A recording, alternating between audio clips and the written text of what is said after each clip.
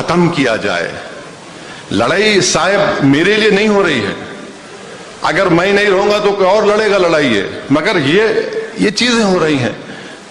आपके बारे में कोई बात ही नहीं करने तैयार है, मुसलमानों की पसमानदगी की कोई बात ही करने तैयार नहीं है।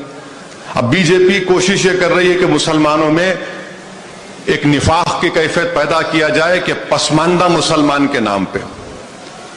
ये अल्लाह का बहुत बड़ा करम है, सरजमीन दखन पर हर मकतब फिक्र के और जिम्मेदारों ने, चाहे किसी भी मकतब फिक्र के हो या किसी फिरके के हो, उन तमाम ने इस बात को फरोग नहीं दिया कि ये चीजें होंगी। मगर नॉर्थ में है, उत्तर प्रदेश बिहार में है ये, और वहां पर बीजेपी कोशिश कर रही है। अब इसका जवाब कौन देंगे आप? हद तो ये हो गई कि दो लोगों को पुलिस कस्टडी में प्रिजनर हैं, हाथों में हथकड़ी, उनको गोली मार दिए। मैं अपना बयान दिया, फिर मैं फोन करके दो बड़े लोगों से पूछा, भाई आपका बयान नहीं आया। अरे छोड़िए ना, वो फुला फुला है। अरे मतलब क्या छोड़िए? अरे वो फुला आपको नहीं मालूम, वो फुला बराबर। अरे मतलब वो नहीं है सवाल, सवाल ये है कि ये गलत काम हुआ है। तो ये चीजों पर हमको गौर करना है, और नजरअंदाज करते जाते लोग। मगर अदब का मतलब ये नहीं है कि आप मेरी गलती को बर्दाश्त कर लेंगे। अदब का मतलब यह है कि आप मेरी गलती को बोले मेरे मुंह पे सामने आके। नहीं, हमारे बड़े, हम कैसा उनके सामने जाके बोलेंगे?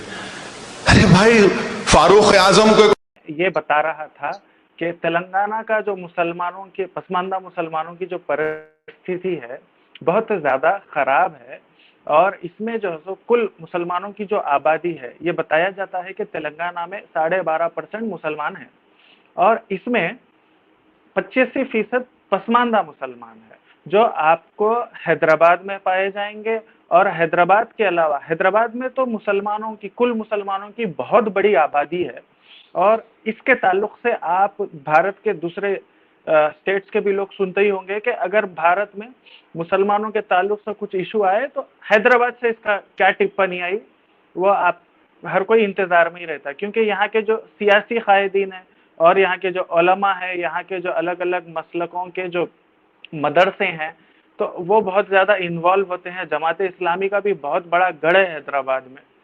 और हैदराबाद के जो मुसलमानों का रिप्रेजेंटेशन है, उसकी अगर मैं बात करूं, उससे पहले आपको मैं तेलंगाना के पसमानदा मुसलमानों की बात करता हूं। कि मैं आपको बता रहा था कि पिछले साल मैं आईपैक प्रशांत किशोर की, उसके साथ जो है सो 1 साल मैंने काम किया, और तकरीबन 1 साल में 450 से 500 गांव मैंने फिर के देखा कि जो है सो वहां पे पसमानदा मुसलमानों के हालात क्या हैं। पहली बात तो हमें जितनी आबादी बताई जाती है वो गलत है, उससे ज्यादा हमारी आबादी है। दूसरी बात, हमें जो बोला जाता है कि जो है सो हमारी हालत खराब है।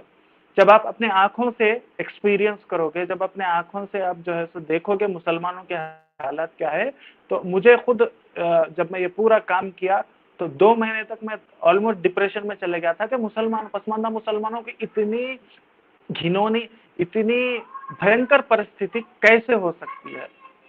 मैं आपको एक छोटा सा एग्जाम्पल देता हूँ कि जो है सो मैं जो है सो इल्लूरू नाम के गांव में गया। इल्लूरू जो गांव है खम्मम से 30 किलोमीटर की दूरी पे है। खम्मम मुसलमानों का अच्छा खासा गढ़ है। वहां पे आपको तबलीगी जमात मिलेगी, वहां पे आपको जमाते इस्लामी मिलेगी, वहां पे आपको बरेलवी बहुत ज्यादा मिलेंगे। तो उससे 30 किलोमीटर के दूर पे ही आंध्र प्रदेश और तेलंगाना के बॉर्डर पे खम्मम के पास इल्लूरू गांव पाया जाता है, जिसकी कुल आबादी 2400 है, जिसमें 2000 शेड्यूल कास्ट लोग हैं वहां की पॉपुलेशन में, और 400 मुसलमान हैं। और जब मैं वहां पे गया गांव में, तो वहां के सरपंच कोटा रामा राव सर से मैंने मुलाकात की। ये जो कोटा रामा राव है, ये रिटायर्ड एसआई है, और फिलवक्त सरपंच वो गांव के बने हुए हैं।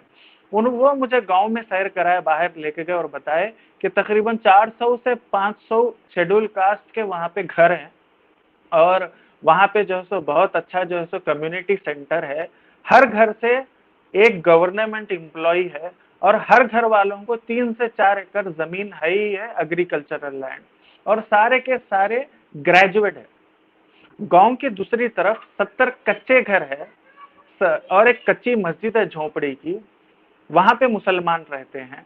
मुसलमानों में कोई पसमानदा मुसलमान है, कोई पढ़ा लिखा नहीं है वहां पे, और किसी की कोई जमीन भी नहीं है। ये सारे के सारे एग्रीकल्चरल लेबरर्स है। वहां पर मैं एक मस्जिद के इमाम साहब से मुलाकात किया, जो कि बिहार से आए हुए थे। 2 महीने हो चुका था उनको आए, और वो बताए कि उनकी और 4,000 जो तनख्वाह उनकी है महाना, 2 महीने से उनको तनख्वाह नहीं दी गई, और उन्हें उम्मीद भी नहीं है कि वो तनख्वाह उनको मिलेगी, क्योंकि मुसलमानों के वहां की हालत बहुत ज्यादा खस्ता है। अब आप बताइए कि 30 किलोमीटर की दूरी पे पसमानदा मुसलमानों का हाल ऐसा है, तो आप क्या कहेंगे? तेलंगाना के अगर पसमानदा मुसलमानों की कम्युनिटीज की मैं अगर बात करूं, तो यहाँ पे बहुत ज्यादा अलग अलग कम्युनिटीज पाए जाते हैं। इसमें संचारा मुसलमान नाम के जो है सो पसमानदा मुसलमान है, जो कि ट्राइबल्स है जी। ये एक जगह नहीं रुकते, ये एक जगह नहीं रहते। ये एक टाइम था, रीछों को नचाते थे, सांपों को नचाते थे, सपेरे थे, ये बंदरों को नचाते थे, मदारी थे और फुग्गे वाले थे। इनकी तादाद आपको तकरीबन 4 से 5 लाख मिल जाएगी मुसलमानों में। आज इनके पास कोई रोजगार नहीं है, कोई एजुकेशन नहीं है, इनके पास रहने को घर तक नहीं है। तो कोई लेबर का काम मजदूरी कर रहा है, तो कोई फकीरी में आ गया है। इतना बुरा हाल ये संचारा ट्राइबल मुसलमानों का है। इनका कोई रिप्रेजेंटेटिव नहीं है तेलंगाना में। आपको सुनने में आ जाएगा कि हैदराबाद के तेलंगाना के मुसलमानों के बहुत बड़े कायदीन है, लेकिन पसमानदा मुसलमानों का यहाँ पे कोई रिप्रेजेंटेशन ठीक से नहीं है। और एक तेलंगाना में बहुत बड़ी कम्युनिटी पाई जाती है पत्थर फोड़ुलू की। पत्थर फोड़ुलू जो ये जो मुसलमान है, तकरीबन 3.5 से 4.5 लाख है। और इनका काम यह है कि ये पत्थर संतराशी करते हैं। पत्थर फोड़ना, पत्थर लगाना, घरों में मार्बल्स फिट करना, ये इनका काम हुआ करता है। लेकिन पिछले कुछ साल से, क्योंकि मार्केट का कंपटीशन बहुत ज्यादा हाई हो गया, और यहाँ पे हमारे इलाकों में गुजराती, राजस्थानी बड़े बड़े बिजनेसमैन आ चुके हैं, तो इनको भी आज जो सो रोजगार सही तरीके से नहीं मिल रहा। इनके पास ना तालीम है, ना एम्प्लॉयमेंट है, ना इनके पास कोई जो सो संपत्ति है जिससे ये इनका कारोबार आगे बढ़ाएं। आज ये बिल्कुल छोटे मोटे वेजेस पे लेबर का काम कर रहे हैं। 3.5 से 4.5 लाख इनकी जो है सो आबादी है। तेलंगाना में और एक आबादी पाई जाती है पसमानदा मुसलमानों की, फकीरों की। ये आपको दरगाहों में उर्सों के पास मिलेंगे, अलग अलग जगहों पे जो सो बाजे बजाते और पैसे मांगते आपको मिलेंगे। इनकी भी बहुत बड़ी आबादी तेलंगाना में पाई जाती है। इनके पास भी ना एजुकेशन है, ना एम्प्लॉयमेंट है, ना कुछ आगे बढ़ने के वास्ते कोई इनकी मदद करता है। तेलंगाना में तुर्का नाइलू भी बहुत है। तुर्काशी माने ये सलून, मतलब ये जो नाई जो होते हैं, ये भी मुसलमानों में बहुत ज्यादा पाए जाते हैं। कुरैशी खस्साबों की अपनी एक कम्युनिटी है तेलंगाना में। फिर भी ये जो टाउन्स में जो रहते हैं ये कुरैशी खस्साब मुसलमान, इनकी हालत फिर भी जो है सो अच्छी है। लेकिन जो अजला में रहते हैं, इनकी हालत बहुत ज्यादा खराब है। और ये कुरैशी कम्युनिटी में भी आप जब देखेंगे, तो इनके पास ठीक से ना एजुकेशन है, ठीक है, ना कोई सही तरीके से पॉलिटिकल बैकिंग या फिर जो सो सोशल बैकिंग इनको है। और तेलंगाना में एक बहुत बड़ी आबादी चमड़े वालों की पाई जाती है, खासतौर में हैदराबाद में, मुशीराबाद की तरफ आपको मिलेंगे। इनको तो बिल्कुल अनटचेबल की तरह ट्रीट किया जाता है। इनको, इनके पास भी ना तालीम है, इनके पास ना जो है सो सही तरीके से कोई रिप्रेजेंटेशन है। यहाँ पे आपको लोहार मिलेंगे, यहाँ पे आपको सिद्दी मिलेंगे, अत्तर साहिबुलू अत्तर बेचने वाले मिलेंगे। जुमा की नमाज के बाद ये अत्तर वाले जो होते हैं ना, बेचारे साइकिलों पे अत्तर बेचा करते हैं। इनका भी जो सो कोई ठीक से रिप्रेजेंटेशन नहीं है, ना इनके पास कोई बैकिंग है। और तेलंगाना में पिच्चा कुंटला मुसलमान बोल के पाए जाते हैं। ये जो पिच्चा कुंटला मुसलमान है, ये शेड्यूल कास्ट से कन्वर्ट होके हैं, और इनका नाम ही पिच्चा कुंटला पड़ गया। मतलब तेलुगु में पिच्चा कुंटला मतलब सन की, पागल। तो इनकी भी कोई जो है सो रिप्रेजेंटेशन नहीं है। जब आप ये पसमानदा तबकात को आप एक जगह इकट्ठा करेंगे, तो मालूम होगा कि कुल मुसलमानों में ये तकरीबन 85% है ये मुसलमान। और इनके मसाइल पे कोई बात नहीं करता। यहाँ पे जितने भी हुकूमतें आई, ठीक है, फिर भी 2004 में कांग्रेस ने 4% पसमानदा मुसलमानों के लिए रिप्रेजेंटेशन दिया, लेकिन उसका सही तरीके से इम्प्लीमेंटेशन नहीं हुआ। उसके बाद तेलंगाना अलग हुआ हमारा। तेलंगाना अलग होने के बाद केसीआर जो है चीफ मिनिस्टर, उन्होंने बड़े बड़े वादे तो किए थे, लेकिन एक भी मुसलमानों के लिए, पसमानदा मुसलमानों का तो छोड़ो, कुल मुसलमान आबादी अशराफ के भी वादे उन्होंने पूरे नहीं किए। फिर भी ये अशराफ उन्हीं के साथ उन्हीं की गुलामी करते हुए रहते हैं। तो ये जो परसों चेवेल्ला में अमित शाह आए थे, होम मिनिस्टर।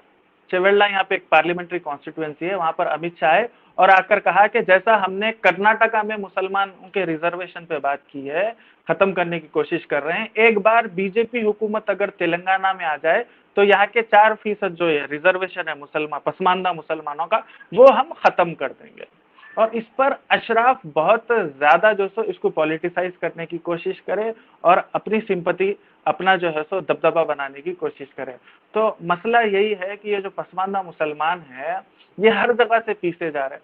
यहाँ पे अशराफ भी इनको पीस रहे हैं, यहाँ पे जो है सो बीजेपी के भी जो बिल्कुल कम्युनल जो बयान आते हैं, उससे भी जो है सो ये पसमानदा मुसलमान पीसे जा रहे हैं। लेकिन एक उम्मीद की किरण जागी है जब प्राइम मिनिस्टर मोदी ने भोपाल में परसों कहा कि पसमानदा मुसलमानों के साथ मिलकर काम करना चाहिए।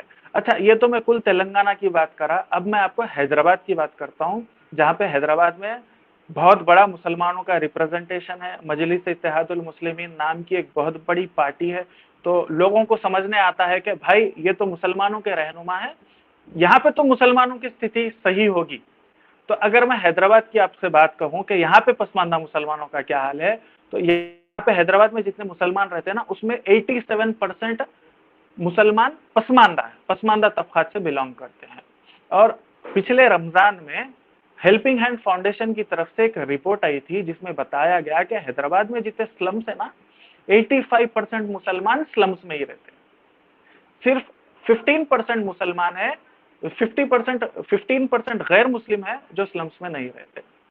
और ये जो मुसलमान है पसमानदा हैदराबाद के, इनके पास ना हेल्थ फैसिलिटीज है, ना एजुकेशनल फैसिलिटीज है, ना इनके पास ठीक से इंफ्रास्ट्रक्चर है, ना इनके पास कोई सही तरीके से एम्प्लॉयमेंट है। आपको हाईटेक सिटी, हैदराबाद का जो दूसरा न्यू सिटी जैसे कहा जाता है हाईटेक सिटी, वहां पे बड़े बड़े कंपनीज मिलेंगे, वहां पे आपको बड़े बड़े जो है सो क्या बोल सकते हैं आप, रोजगार के अपॉर्चुनिटीज मिलेंगे। लेकिन ये जो ओल्ड सिटी है, पुराना शहर जो है, यहाँ पे पसमानदा मुसलमानों का कोई पुरसाने हाल नहीं है। हैदराबाद में 2 बड़े गवर्नमेंट हॉस्पिटल्स आते हैं, एक गांधी हॉस्पिटल है जो कि नए शहर में है, और एक उस्मानिया हॉस्पिटल है जो पुराने शहर में है। गांधी हॉस्पिटल में आपको पूरे फैसिलिटीज मिलेंगे, लेकिन पुराने शहर में जहाँ पे अतराफ में पूरे पसमानदा मुसलमान रहते हैं, वहां पे कुत्ते फिरते हैं आईसीयू में, ऑपरेशन थिएटर में, ये जो स्ट्रे डॉग्स होते हैं ना, वो फिरते हैं। तो उतना बुरा हाल है। गवर्नमेंट स्कूल्स जो है हैदराबाद पुराने शहर में, बद से बदतर है। यहाँ पर आंगनवाड़ी में सही तरीके से इनरोलमेंट मुसलमानों का, पसमानदा मुसलमानों का नहीं है, बल्कि 38% रिपोर्ट है मेरे पास, 38% पसमानदा मुसलमानों के पास व्हाइट कार्ड, बीपीएल कार्ड तक नहीं है।